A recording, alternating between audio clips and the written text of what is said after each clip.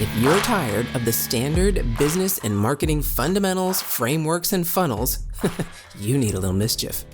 Get ready to turn up the volume on the CEO Mischief Maker podcast, where you access conversations with seasoned business owners who have smashed through mindset barriers, innovated the standard boring business and marketing playbooks, and executed future-paced strategies with bleeding-edge tools and tactics to micro-fail their way into massive success and growth. We are Mindset Impact Strategic Catalysts helping innovative entrepreneurs focus. We are CEO Mischief Makers. Ready to make a little mischief?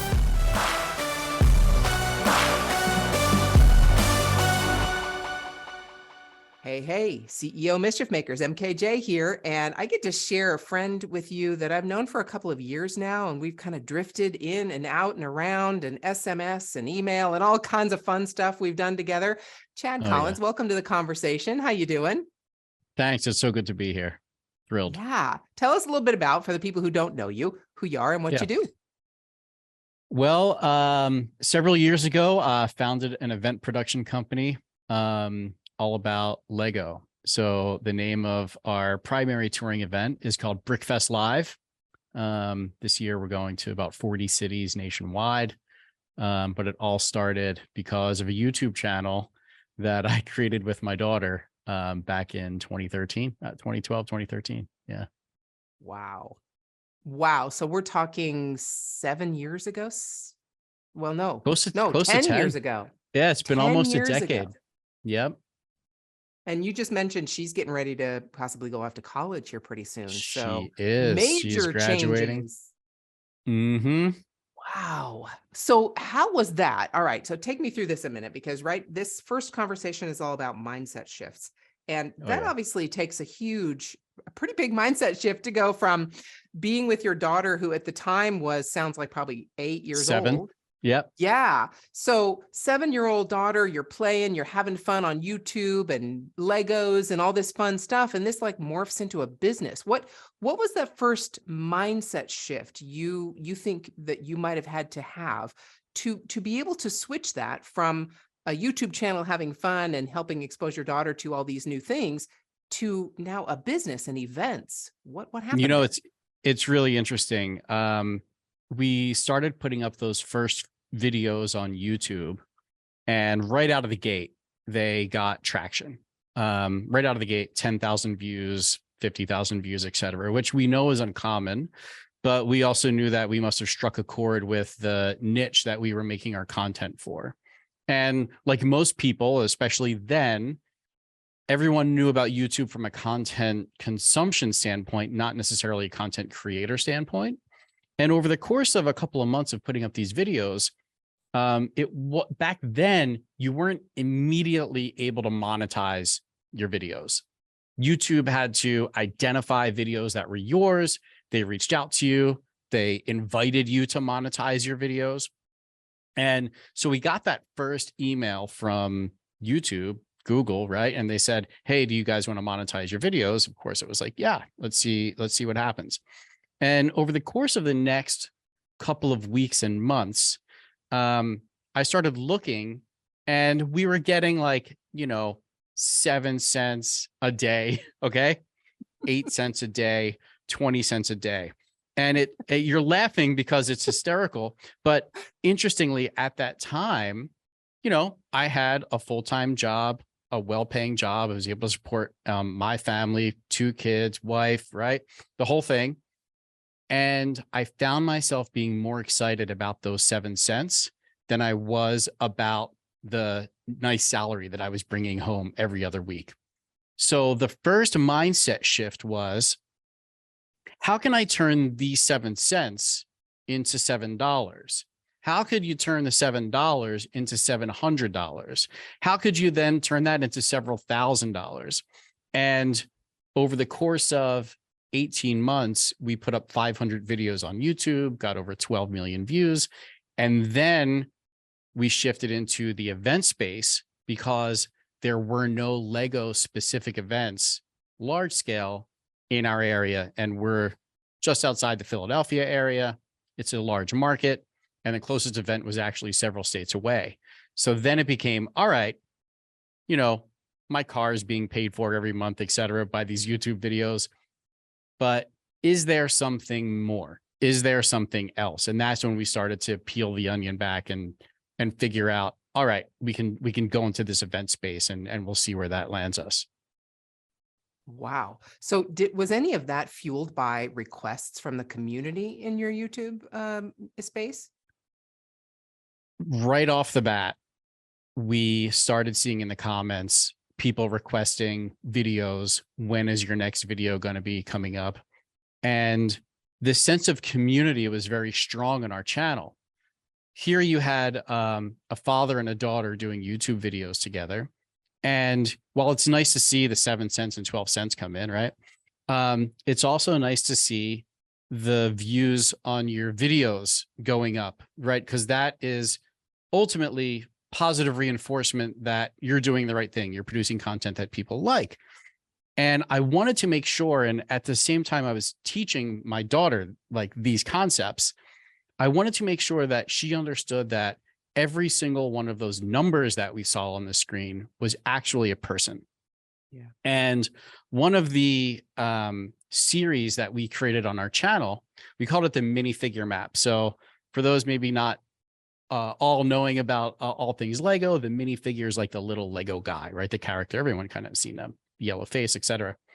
And we went to like Staples and we bought a US map and we put it on a wall behind us. And we went and said, hey, listen, here's a PO box. We want to know who you are.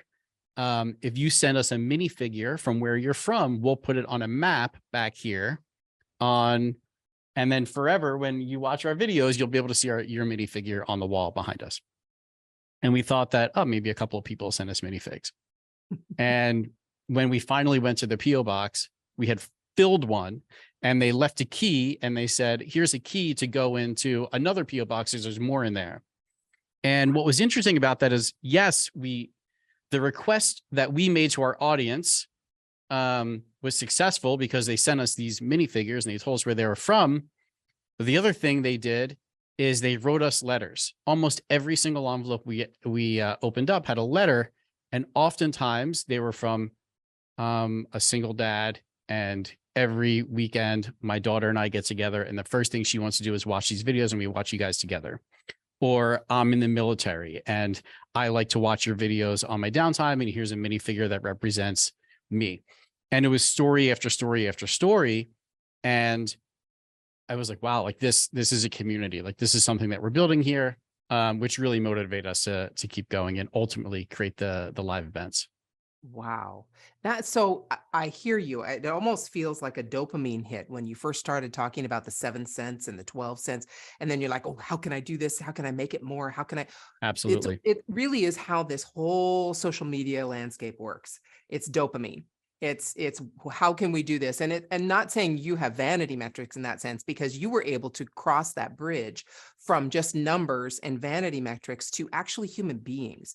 And people. that's a rarity. I have to say, and especially with your daughter, what a beautiful way to show her, especially being raised in this environment, being a Gen Z, right? That these are really humans. And when you look at your phone, you look at YouTube, there are people behind that, because she was one of them and probably still is. And she's probably doing other things that are related to that. So now this grows into events. So now you take a virtual situation to a physical in-person location. That had to take another mindset shift, right? I mean, what was that about? Yeah, absolutely. Another mindset shift. And in fact, when we went to launch the first event, the idea was to do one event a year in the Philadelphia market and have it be kind of like, have it be a side hustle. There was really no intent to turn this into my career. What like it ended up becoming my career. Now, I will preface this all by saying that I had the fortunate professional experience of working for a Fortune 50 company in Lockheed Martin for the first part of my career, and then working for a startup for another 10 years before I jumped in and started to do my own thing. And that's important because when you work at a big Fortune 50 company, there are standard operating procedures, there's reports, there's all the things you could think about when it comes to corporate America. And when you work for a startup, you're rolling up your sleeves, it's nitty gritty, everything's fast and furious, it's unorganized, it seems chaotic at times. And it's up to you, the employee, to take the skills that you learned from these other places and apply them to help grow the startup. So taking these two professional experiences that I had and then using the best of both worlds to build what we have now, to me was my unfair advantage. Everyone has those. Everyone has their unfair advantages. So it's up to you to figure out what is your unfair advantage and implement that in whatever it is you're trying to do.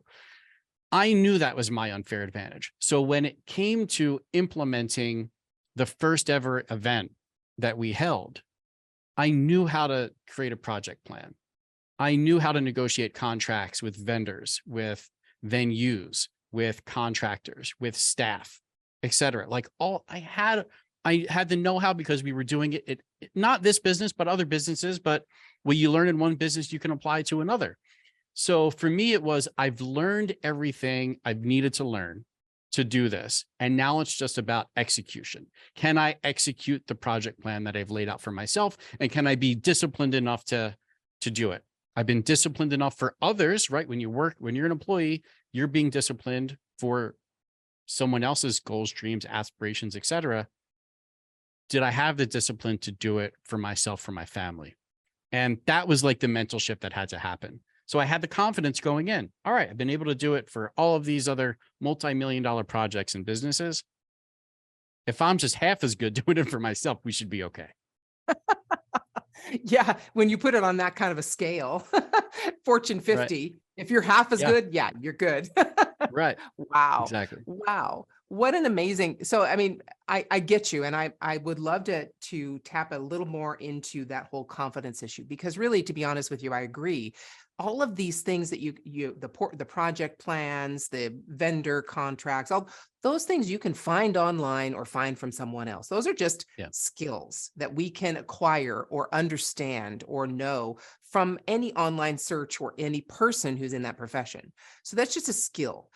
But there is a confidence level to this mindset shift. There is a switch you have to make to say, no, you know what? Yeah, this is scary. Yeah, I've got to pay my mortgage and my car and the kids' college and, you know, the vacations and all the things we want to do. Can I do it? Is it possible? Am I going to be able to do it to the level that I've been able to do it for someone else? Talk about that. How did you actually talk yourself into that confidence? You know, I believe I was fortunate to have a wife that supported the big ideas, that's always supported the big ideas that I've had. And knowing that I was going to be doing something that I was very passionate about, that she saw Jordan, my daughter, and I do every single day with YouTube. And then calling her that one day and saying, you know what, I think today's the day that I resign from my job and lean in and go for it all with Brickfest Live. And to have her say, I got you, right? For a lot of us, like, that's all the confidence we need, right? We have that support system. And I understand, believe me, I understand that everyone is not that fortunate. You either don't have anyone, you feel like you're on an island, etc. But I will tell you this, there's one thing that trumps all of it, whether you have that person or not. And it's that first taste of success, that first little drop of success that you have. For me, it was that 7 cents. For you, it might be something else. But once we started selling tickets to our show and we were able to figure out how to market the event appropriately, and like, that was it. It was like, almost like you hear about, building your funnel. And once you have your funnel in place and you figure out how to make that sale, it's just add fuel to the fire. And we took that approach. Once we were able to dial in our marketing, we were able to say, all right, is this scalable? So we know we're going to have a big show in the Philly market. What if we got another venue in another market that's not too far away, still manageable, still a drive for us, right? What if we got another venue in another market and tried the similar marketing? Would we see similar results? And we did. And it was really that second show that we knew we were selling, that second show, that gave me the confidence to say, all right, we have one show in the bag. We're going to do the second show. We have a system and a process now that we can replicate. And we were then off to the races. So it sounds like that was really, it was just a logical conclusion by that point. It was no longer a confidence or worrying about being confident. It was more like, okay, I've already proven this to myself. And so now it's just a logical conclusion to keep going. That's a great way to put it. It certainly was a logical conclusion to keep going. Those little bits of success that you get, if you're able to compound them, then the part where you needed the confidence, the bravery that you needed really to figure out how to earn more money than you're spending. Once you have that figured out and you know how to replicate it. And when I say replicate it, I mean, discipline is a big part of the mindset. MK.